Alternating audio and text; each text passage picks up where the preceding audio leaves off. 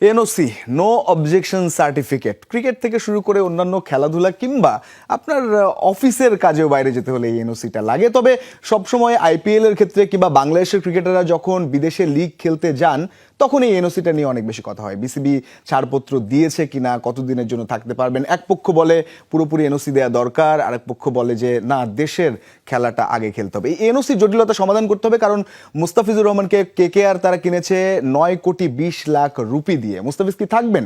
প্রথমে খবরে পাওয়া গিয়েছিল যে মুস্তাফিজ তার একটা সময় পর্যন্ত তিনি থাকতে পারবেন না, একটা অংশ দেশে আসতে হবে। পরবর্তীতে আবার কিছু শিরোনামে অনেকে বিভ্রান্ত হয়েছেন যে পুরো সময়ের জন্য এনওসি পেয়েছে। মূল বিষয়টা কি তা জানতে হলে আইপিএল এর এনওসি নর্মস বা নীতিমালা কি বলে সেটা আমরা একটু জানার চেষ্টা করবো এবং আমরা স্ক্রিনে দেখার চেষ্টা করব যে আইপিএল এর এনওসি কিভাবে দিতে হয় বা পাওয়া যায় অন্তত অন্য বোর্ডগুলো। আইপিএল এনওসির যে নীতিমালা সেটা বলছে যে বাধ্যতামূলক জমাদান একটা অপশন রয়েছে এবং সেই বাধ্যতামূলক জমাদানটা কি নিলামের আগেই জমা দিতে হয় নিজ বোর্ডের এনওসি। প্রত্যেক ক্রিকেটারের নামের পাশে অ্যাভেলেবিলিটি কলাম থাকে। প্রথমে বলি যে নিলামের আগে জমা দিতে হয় নিজ বোর্ডের এনওসি। এই ব্যাপারটা পরিষ্কার করা জরুরি, কারণ অনেকে ভাবেন যে নিলামে ডেকেছে, যখন 9 কোটি কিংবা 10 কোটি রুপি দিয়ে কিনেছে তারপর বোধহয় দেখা হয় যে তুমি কতদিনের জন্য অ্যাভেলেবেল। Not like that. অবশ্যই আগেই জমা দিতে হয় যে আমি মুস্তাফিজুর রহমান, আমি বাংলাদেশ ক্রিকেট বোর্ডের অধীনে একজন জাতীয় দলের খেলোয়াড়, আমি আইপিএল এর জন্য এতদিন অ্যাভেলেবেল বা পুরো সিজন আমি অ্যাভেলেবেল। সুতরাং নিলামের আগেই কিন্তু জমা দিতে হয় এবং মুস্তাফিজের ক্ষেত্রেও তাই হয়েছে। ইংল্যান্ড, অস্ট্রেলিয়া, অন্য বোর্ডগুলোরও তাই করতে তাদের ক্রিকেটারদের জন্য একটা অ্যাভেলেবিলিটি সার্টিফিকেট বা এনওসি দিতে হয় এবং প্রত্যেক ক্রিকেটারের নামের পাশে সেটা উল্লেখ করতে হয়। পরবর্তীতে যদি আমরা দেখি যে অ্যাভেলেবিলিটি জিনিসটা কি বা আসলে কতটা সময় তিনি পাবে তাকে ওই ইন্ডিভিজুয়াল প্রিমিয়ার লিগ, একজন ক্রিকেটার কতদিন খেলবেন যেটা বলছিলেন বা কতদিন অনুপস্থিত থাকবেন, এটা কিন্তু স্পষ্ট থাকতে হয় যে 1.5 মাসের কিংবা এত তারিখ থেকে এত তারিখ পর্যন্ত এই টুর্নামেন্টে মাঝখানের 1 সপ্তাহ কিংবা 30 দিনের টুর্নামেন্টে 20 দিন অ্যাভেলেবেল থাকতে পারছি আমি এবং বাকি 10 দিন থাকতে পারছি না, এরকম স্পষ্ট একটা ধারণা থাকতে হয়। সুতরাং এটা আগে থেকেই আসলে এই অ্যাভেলেবিলিটিটা ঠিক করতে হয় যে একজন ক্রিকেটার কতদিন খেলবে এই টুর্নামেন্টে।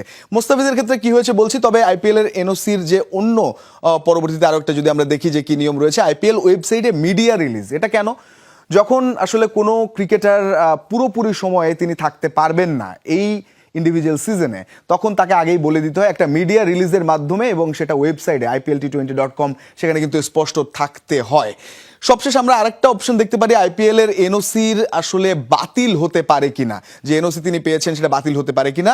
হতে পারে 2 বছরের নিষেধাজ্ঞা। বিষয়টা পরিষ্কার করি যে আইপিএল এর এনওসি তো পেয়েছেন মুস্তাফিজুর রহমান যে তিনি থাকতে পারবেন, কিন্তু তিনি মাঝখানে যে আসবেন নিউজিল্যান্ড সিরিজে বা ওয়ার্ল্ড কাপের প্রস্তুতি নিতে, সেই জায়গায় তিনি সেটা পুরোপুরি ক্যান্সেল করতে পারেন কিনা কোনো কারণে, যে হ্যাঁ খুব ইম্পর্টেন্ট টুর্নামেন্ট কিংবা কোনো ব্যক্তিগত কারণে কোনো ভ্যালিড রিজন যদি থাকে তাহলে তিনি অবশ্যই সেটা ক্যান্সেল করতে পারেন সেই ইন্ডিভিজুয়াল ক্রিকেটার। আর যদি খুব বড় কোনো কারণ না থাকে তবুও তিনি ক্যান্সেল করেন তাহলে 2 বছরেরও নিষেধাজ্ঞা আসতে পারে আইপিএল এর মতো বড় টুর্নামেন্টে। সুতরাং একটা জটিলতা তো রয়েছে, তবে একটা জিনিস পরিষ্কার যে এই জায়গাটায় আগেই জানাতে হয় যে অ্যাভেলেবেল কিনা ওই ক্রিকেটার ওই ইন্ডিভিজুয়াল সিজনের জন্য। আরেকটা বিষয় পরিষ্কার করা দরকার, সেই বিষয়টা হচ্ছে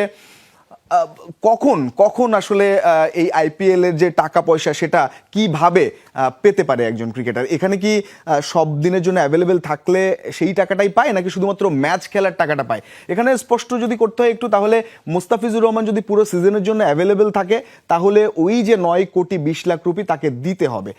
পরবর্তীতে তিনি একাদশে সুযোগ পান কি না পান সেটা তার দলের ব্যাপার, তিনি অ্যাভেলেবেল থাকলেই হবে। তো তিনি যে 8 দিন বা 10 দিন থাকবেন না, সেখানে কয়টা ম্যাচ পড়ছে কলকাতা তাকে পাচ্ছে না, সেই হিসেবে কিন্তু টাকা কেটে নেওয়া হতে পারে এবং তিনি যে কয় ম্যাচের জন্য অ্যাভেলেবেল সেই হিসেবে নিলামের ওই বাকি টাকা তিনি পাবেন, বাকি ভ্যাট ট্যাক্স এই জাতীয় ব্যাপার তো রয়েছেই। তো এই ছিল আইপিএল এর যে এনওসি সেটা নিয়ে বিস্তারিত।